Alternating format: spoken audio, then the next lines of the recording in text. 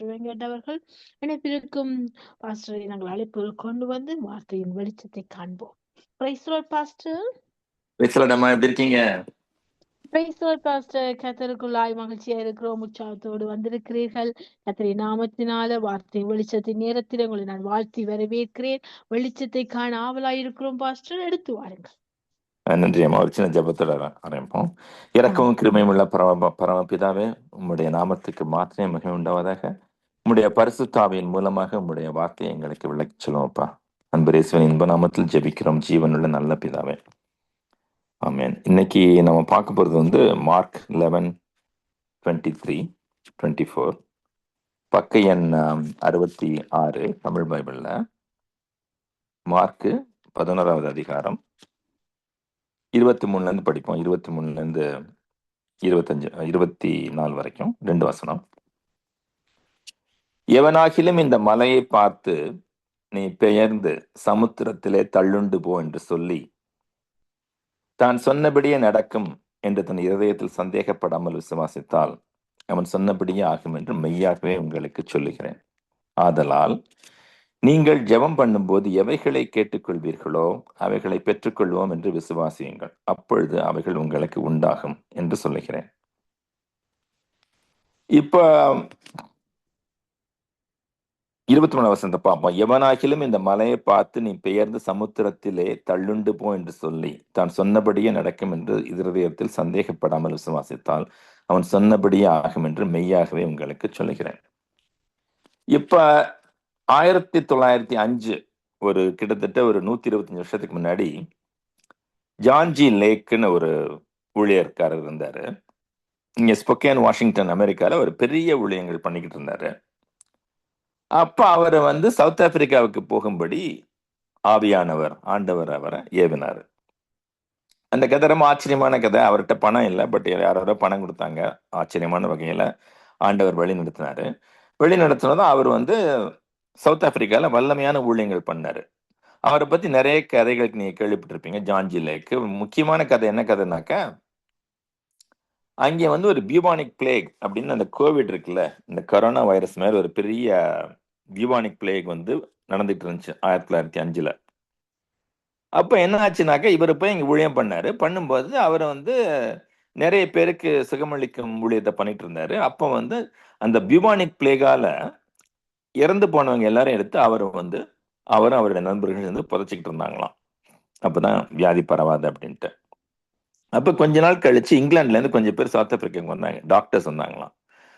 பார்த்துட்டு இவர் John G lakh இந்த மாதிரி நிறைய பண்றாரு, இந்த மாதிரி நிறைய பேரை புதைக்கிறாரு, நிறைய கிளீனப் பண்றாரு, இவருக்கு மட்டும் எப்படி தொத்து வியாதி வராம இருக்கு அப்படின்னு யோசிச்சாங்களாம். அப்ப அந்த டாக்டர்ஸ் கேட்டாங்களா, நீங்க என்ன ப்ரொடெக்ஷன், என்ன பாதுகாப்பு நீங்க யூஸ் பண்றீங்க, உங்களுக்கு மட்டும் எப்படி இந்த தொத்து நோய், இந்த பியூபானிக் பிளேக் வராம இருக்கு அப்படின்னு கேட்டாங்களாம். அதுக்கு அவர் சொன்னாராம், என் உடம்புல ஆண்டவரோட வல்லமை ஓடிக்கிட்டு இருக்கு, எந்த ஒரு கிருமி என்ன தொட்டாலும் அந்த கிருமி அழிஞ்சு போயிடும் அப்படின்னாராம். அதை கேட்டதான் அவங்க சிரிக்க ஆரம்பிச்சிட்டாங்களாம், என்ன ஒரு பைத்தியக்கார மாதிரி இருக்காரு அப்படின்ட்டு. ஆனாக்கா அவர் நிறைய வேலை பண்ணிட்டு இருக்காரு, ஒன்றும் நடக்கல, அவருக்கு ஒரு விதமான வியாதியும் அவருக்கு வரல. தைரியமா போய் இறந்த ஆளுங்கள் எடுக்கிறாரு, தூக்கி போடுறாரு, அடக்கம் பண்றாரு, ஒரு பிரச்சனையும் இல்லை. உடனே அவங்க கேட்டாங்களா, சரி உங்களை பத்தி ஒரு டெஸ்ட் பண்ண முடியுமா அப்படின்னு கேட்டாங்களா. நல்லா டெஸ்ட் பண்ணுங்க அப்படின்னாராம். உடனே அவங்க ஒரு இறந்து போன ஒரு சடலத்துல இருந்து இந்த நுரை தள்ளி இறந்து போவாங்களாம் பியூபானிக் பிளேக் வந்தவங்க. அந்த நுரையை வலிச்சு கொண்டு இவர் கையில போட்டாங்களாம். அந்த நுரையை வலிச்சு ஒரு கிளாஸ்ல வைக்கும்போது, கண்ணாடியில் வைக்கும்போது கிருமிகளை பார்க்க முடிஞ்சுதான் மைக்ரோஸ்கோப்ல. அந்த கிருமிகளை அவர் கையில போட்டதும் மைக்ரோஸ்கோப் கீழே வச்சாக்க அந்த கிருமியெல்லாம் ஒண்ணு செத்து போயிடுச்சான். அப்பனாக்க ஸ்பிரிட் ஆஃப் லைஃப், நமக்குள்ள அந்த ஆவியானவர் வல்லமை இருக்காரு அப்படிங்கறத ஜான் ஜி லேக் நிரூபிச்சாராம். அவர் ரொம்ப வல்லமையான ஊழியக்காரரு. இந்த மாதிரி நிறைய அதிசயங்கள் நடந்த பிறகு அவரோட புகழ் எல்லா இடத்துக்கும் போணுச்சு. அப்ப அமெரிக்கால ஜட் மான்கமரி அப்படிங்கிற ஒரு அம்மா அவருக்கு கடிதம் எழுதினாங்களாம். எழுதி, எப்படி உங்க ஊழியத்துல மட்டும் இவ்வளவு ஆச்சரியமான விஷயங்கள் நடக்குது, மற்றவங்க எல்லாரும் ஊழியத்தில் நடக்கல, உங்களுக்கு மட்டும் எப்படி நடக்குது அப்படின்னு கேட்டாங்களாம். அதுக்கு அவர் ஒரு பதில் எழுதினாராம். அது 3 குறிப்புகள் எழுதினாராம் அந்த அம்மாவுக்கு. அந்த குறிப்பை நான் இங்க எடுக்கிறேன். 3 குறிப்பு எழுதினாராம் ஜட் மான்கமரிங்கிற அம்மாவுக்கு. இந்த மாதிரி நீங்க பண்ணீங்கன்னாக்க உங்க ஊழியங்களையும் நிறைய வல்லமையான விஷயங்கள் நடக்கும் அப்படின்னாராம். அந்த அம்மாவுக்கு எழுதின லெட்டர் என்ன போட்டுருந்துச்சுனாக்க, அவர் போட்டிருந்தாரா, இன்டர்சிஷன் வர்சஸ் டொமினியன் அப்படின்னாக்க ஜெபம் அதிகாரம். நீங்க எல்லாம் ஜெபம் பண்றீங்க, ஜெபம் பண்றது நல்லதுதான். ஆனாக்க ஜெபத்தினால மட்டுமே காரியங்கள் நடக்காது. நீங்க வந்து உங்கள் சூழ்நிலைகளை பார்த்து நீங்க வந்து அதிகாரத்தோட பேசணும் அப்படின்னாராம். ஏன்னாக்க ஆவியானவரோட வல்லமை உங்களுக்குள்ள இருக்கு. ஸ்பிரிட் ஆஃப் லைஃப் உங்களுக்குள்ள இருக்கு. இப்ப அமெரிக்கா ஒருத்தர் ஊழியம் பண்ணிட்டு இருக்காரு. அவர் என்ன செய்வாருனாக்க, அவர் வந்து எல்லாருக்கும் கத்துக் கொடுப்பாரு. சபையில அவர் போற பிரீச் பண்றதுல சொல்லிக் கொடுப்பாரு. என்ன சொல்லிக் கொடுப்பாருனாக்க, எப்படி நீங்க உங்களுக்கு வந்து உங்களுக்கு சுகமளிக்கும் வல்லமை நீங்க சுதந்திரத்துக் கொள்வது எப்படின்னு சொல்லுவார். என்ன சொல்லுவாருனாக்க, I release the spirit of life from my spirit into my body. எனக்குள் இருக்கும் ஆவியானவனுடைய வல்லமையை நான் என் சரீரத்துக்குள் வெளிப்படுத்துகிறேன் இயேசுவின் நாமத்தில் சொல்ல வைப்பாராம். அதை 4 தடவை அவங்க சொன்ன பிறகு நிறைய பேருக்கு இங்க அதிசயங்கள் நடக்குமா. அப்படின்னா என்ன, நமக்குள்ள ஆவியானவர் இருக்காரு. Colossians 1:27 படி Christ in us the hope of glory. கிரைஸ்ட்னாக்க ரிசரக்டட் சேவியர், உயிர்த்தெழுந்த இயேசு. பாத்தீங்கன்னாக்க அதுக்கப்புறம் போவோம். அந்த உயிர்த்தெழுந்த இயேசு நமக்குள்ள இருக்கிறதுனால, அந்த வல்லமை நமக்குள்ள இருக்கிறதுனால நம்ம பேசும்போது அந்த வல்லமை வெளியில வருது. வெளில வரும்போது காரியங்கள் நடக்குது. அதனாலதான் அவர் சொன்னார் ஜான் ஜிலேக் அந்த லெட்டர்ல, நீங்க வந்து சூழ்நிலைகளை பார்த்து பேசுங்க. ஏன்னா உயிர்த்தெழுந்த கிறிஸ்து உங்களுக்குள்ள இருக்கிறாரு. அந்த கிறிஸ்துங்கிறத பத்தி பார்ப்போம். இப்ப இயேசு கிறிஸ்து அப்படின்னு சொன்னாக்க அது வந்து அவர் சிலுவையில ஏறுறதுக்கு முன்னாடி ஹியூமனிட்டி ஆஃப் கிரைஸ்ட் சொல்லுவாங்க. கிரைஸ்ட் ஜீசஸ் சொன்னாக்க பவுல் அப்போஸ்தலர் பல இடங்கள்ல கிறிஸ்து கிறிஸ்து கிறிஸ்து இயேசுன்னு எழுதுவாரு. எங்க? அவருடைய நிருபங்கள்ல. ஏன்னாக்க கிறிஸ்து இயேசு அப்படின்னாக்க, கிறிஸ்துனாக்க anointed one and is anointing, resurrected saviour, உயிர்த்தெழுந்த வல்லமையான அபிஷேகத்தை வல்லமையின் அபிஷேகம் உள்ள கிறிஸ்து அப்படின்னு அர்த்தமா. கிறிஸ்து இயேசு அப்படின்னாக்க உயிர்த்தெழுந்த இயேசு, வல்லமையான இயேசு, அபிஷேகிக்கப்பட்ட இயேசு. இப்ப நம்ம சொல்றோம்ல, I can do all things through Christ which strengthens me அப்படின்னு போட்டிருக்கோம் இங்கிலீஷ்ல. தமிழ்ல என்னை பலப்படுத்த கிறிஸ்துவாலே எல்லாவற்றையும் செய்ய எனக்கு பலன் உண்டு. அப்படின்னாக்க என்ன, என்னை பலப்படுத்துகிற அபிஷேகத்தாலே, அபிஷேகிக்கப்பட்டவராலே எல்லாவற்றையும் செய்ய எனக்கு பலம் உண்டு அப்படின்னாக்க, அந்த கிறிஸ்துங்கிற வார்த்தை வந்து அபிஷேகமும் அபிஷேகிக்கப்பட்டவரும் குறிக்குது. அந்த அபிஷேகம் நமக்குள்ள இருக்கிறதுனால, அந்த அபிஷேகிக்கப்பட்டவர் நமக்குள்ள இருக்கிறதுனால நம்ம பேசும்போது வல்லமையான செயல்கள் வெளிப்படுது. அதைத்தான் ஜான் ஜிலேக் சொன்னாராம். சொல்லிட்டு அடுத்து என்ன சொன்னாருனாக்க, இந்த மாதிரி ஆண்டவர்கிட்ட நம்ம வந்து கெஞ்சி ஜெபம் பண்ணி மிரக்கல கேட்குறீங்க, அது நல்லதுதான், கேளுங்க, ஜெபம் பண்ண வேண்டாம்னு சொல்லல. ஆனா ஜெபம் பண்ணி முடிச்சுட்டு அதோட நீங்க நிக்க கூடாது, அடுத்து நீங்க வந்து பேசணும் அப்படின்னு லெட்டர் எழுதலாம் அந்த அம்மாவுக்கு. எப்படி பேசணும்? பெயர்ந்து போ, தள்ளுண்டு போ அப்படின்னு பிரச்சனைகளை பார்த்து நீங்க பேசணுமா. மலை போல ஒரு பிரச்சனை இருக்கா, மலையே பெயர்ந்து போ, தலைவலியே பெயர்ந்து போ, பிரச்சனைகளே பெயர்ந்து போ, கடனே பெயர்ந்து போ, தள்ளுண்டு போ அப்படின்னு பேசணுமா. அது எப்படின்னாக்க, சிலர் வந்து நம்ம எல்லாம் நினைக்கிறோம் பேசணும்னா ஒரு தடவை பேசணும்னு நினைக்கிறோம். அப்படி கிடையாது. நம்ம வந்து பெர்சிஸ்டன்ஸ். இப்ப ரோமர் 12:12 போட்டிருக்கு பாத்தீங்களா, rejoice in hope and persistent பிரேயர்னு போட்டிருக்கணும். பெர்சிஸ்டன்ட்டா திருப்பி திருப்பி திருப்பி பண்ணணும். அமெரிக்கால ஒரு ஊழியர் இருந்தாரு பழங்காலத்துல, கென்னத் ஹேகின்னு சொல்லிட்டு. அவர் 17 வயசுல வந்து ரொம்ப நோய்வாய்ப்பட்டு படுக்கையில இருந்தாராம். கிட்டத்தட்ட ஒரு 10 மாசமோ 17 மாசமோ ஒரு நோய்வாய்ப்பட்டு படுக்கை விட்டு எழுந்திருக்கவே இல்லையா. ஆனாக்க அவர் வந்து இந்த அறிக்கை இட்டு கிட்டத்தட்ட டெய்லி அறிக்கை இடுவாராம். ஒரு நாள் 10 மணி நேரம் அறிக்கை இட்டாராம். அப்ப சடனா அட் ஒன் பாயிண்ட் சட்டுன்னு ஒரு இடத்துல ஆண்டவரோட வல்லமை வெளிப்பட்டு அது பிரேக் ஆகி அவர் வந்து படுக்கை விட்டு எழுந்திருச்சு. வல்லமையா 60 வருஷம் 70 வருஷம் ஊழியம் பண்ணாரு. அதனால நம்ம வந்து பிரச்சனைகளை பார்த்து பேச வேண்டும். எனக்கு ஆவியானவர் நமக்குள்ள இருக்கிறாரு, அபிஷேகம் நமக்குள்ள இருக்கு. இந்த அபிஷேகமும் வார்த்தையும் சேரும்போது வல்லமையான விஷயங்கள் நடக்குது. ஸோ ஜான் ஜி லேக் வந்து அந்த மாதிரி சொன்னாங்களாம், நீங்க வந்து இனிமே உங்க ஊழியத்துல நீங்க வந்து பிரச்சனைகளை பத்தி நீங்க வந்து ஜெபம் மட்டும் பண்ணாதீங்க, அதிகாரம் எடுத்து தள்ளுண்டு போன்னு சொல்லுங்க. அப்பதான் நீங்க வந்து ஆண்டவரின் அதிகாரம், டொமினியன் ஆஃப் காட் வந்து எஸ்டாப்ளிஷ் பண்ண முடியும். அப்படி பண்ணும்போது பலவிதமான வல்லமையான விஷயங்கள் நீங்க பார்ப்பீங்க. இந்த மாதிரி கிறிஸ்துவ சமுதாயத்துல ஒரு பெரிய மறுமலர்ச்சி வேணும்னாக்க நம்ம வந்து பிரச்சனைகளை பத்தி நாம் பேச வேண்டும். ஏன்னா இயேசு நமக்குள்ள இருக்கிறாரு, ஆவியானவர் நமக்குள்ள இருக்கிறாரு அப்படிங்கிற ரெவலேஷன், அப்படிங்கிற வெளிப்பாடு தான் இருக்கிறதுலே முக்கியமான வெளிப்பாடு அப்படின்னாராம். அதனால இதுல நமக்கு என்ன தெரியுதுனாக்க, அன்பார்ந்த நேயர்களே, நம்ம வந்து பிரச்சனைகளை பார்த்து பேச வேண்டும். ஜெபம் பண்றது நல்லது, வேதம் படிக்கிறது ரொம்ப நல்லது. டெய்லி படிக்கணும். பைபிளை படிக்கும் பொழுது பைபிள்ல இருக்க வல்லமை, பைபிள் என்னக்க பாருங்களேன், spirit of God is like word of God is like double எக்ஸ் வார்ட்னு எபிரேயர் புத்தகத்துல போட்டிருக்கோம். ஆண்டவரோட வார்த்தை வந்து இருபுறமும் கருக்குள்ள பட்டயம் அப்படின்னா, ஆண்டவரோட வார்த்தை வல்லமையான வார்த்தை. ஆண்டவரோட வார்த்தையில அபிஷேகம் இருக்கு, பை டிஃபால்ட் இருக்கு, நேச்சுரலா இருக்கு. உங்களுக்கு வந்து புல்லரிக்குதோ, உங்களுக்கு வந்து ஆண்டவர் பிரசந்த உணர்றீங்களோ இல்லையோ, நீங்க வசனத்தை படிக்கும் பொழுது அங்கே வந்து ஆவியானவர் அசைபாடுகிறார். ஏன்னா வசனத்துல வல்லமை இருக்கு. அதனாலதான் பைபிள்ல போட்டிருக்கு, ஆண்டவரின் வார்த்தை இருபுறமும் கருக்குள்ள வல்லமையான பட்டயம்னு போட்டிருக்கு. இருபுறமும் கருக்குள்ள பட்டயம், வல்லமையான பட்டயம். அந்த பட்டயம் வந்து எப்பவுமே வல்லமையா இருக்கு. நம்ம வந்து அதை பேசும் பொழுது அந்த பட்டயத்தை நம்ம உபயோகிக்கிறோம். அதனாலதான் வந்து நம்ம பிரச்சனைகளை பார்த்து நாம் பேச வேண்டும். இந்த வார்த்தைகளை திருப்பி நம்ம கடந்து போவோம். எவனாகிலும் இந்த மலையை பார்த்து பெயர்ந்து போ, நேரா சொல்லணும். நிறைய எனக்கு அந்த மாதிரி நிறைய அனுபவங்கள் இருக்கு. நான் நிறைய விஷயங்களை பார்த்து பேசியிருக்கேன். பேசும்போது எனக்கு இன்னொரு ஊழியரையும் தெரியும். அவர் வந்து அவருக்கு திடீர்னு ஒரு கார் ஸ்டார்ட் ஆகலையா, ஒரு குளிர்ல. அவர் சிகாகோவில் இருக்க ஊழியர். அவர் கார் ஸ்டார்ட் ஆகல, ஒரே பனி கொட்டுது, ஸ்னோ கொட்டுது. அவர் அங்கிட்டும் இங்கிட்டும் திரும்பி பார்த்தாராம், யாரும் பார்க்கலையாம். யாரும் பார்க்கலன்னு தெரிஞ்ச பிறகு அவர் கார் மேல கையை வச்சு, காரே நீ வந்து ஸ்டார்ட் ஆவாய், I command you to start in Jesus name அப்படின்னு சொல்லிட்டு அவர் வந்து வீட்டுக்குள்ள போயிட்டாராம். என்ன சொன்னார் அதுக்கு? I want to give God a chance to work அப்படின்னாராம். நான் வந்து ஆண்டவர் காரியம் செய்வதற்கு, விஷயங்களை செய்வதற்கு அவருக்கு சந்தர்ப்பம் கொடுக்கணும். ஏன்னா faith and patience, by faith and patience inherit the promise. விசுவாசம் இருக்கணும், கொஞ்சம் பொறுமையா இருக்கணும். அதில் வந்து பேசிட்டாராம், பேசிட்டு உள்ள போயிட்டாராம். போயிட்டு 1/2 மணி நேரம் கழிச்சு வெளில வந்தாராம். வந்துட்டு கார் அவர் ஸ்டார்ட் பண்ணாராம், கார் ஸ்டார்ட் ஆயிடுச்சான்.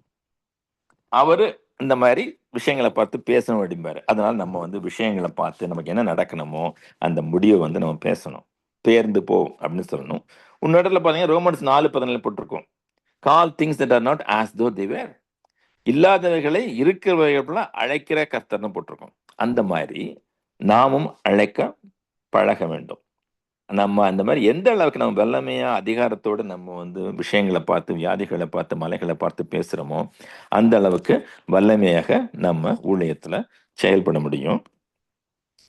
அதனால அடுத்தது என்ன நோட்ஸ்னாக்க, நமக்கு ஒவ்வொரு விஷயத்துக்கும் இந்த பாருங்களேன், இப்போ பொருளாதார தேவை வேணுமா, நம்ம வந்து இப்போ பொருளாதாரத்தை பத்தி பேசணும்.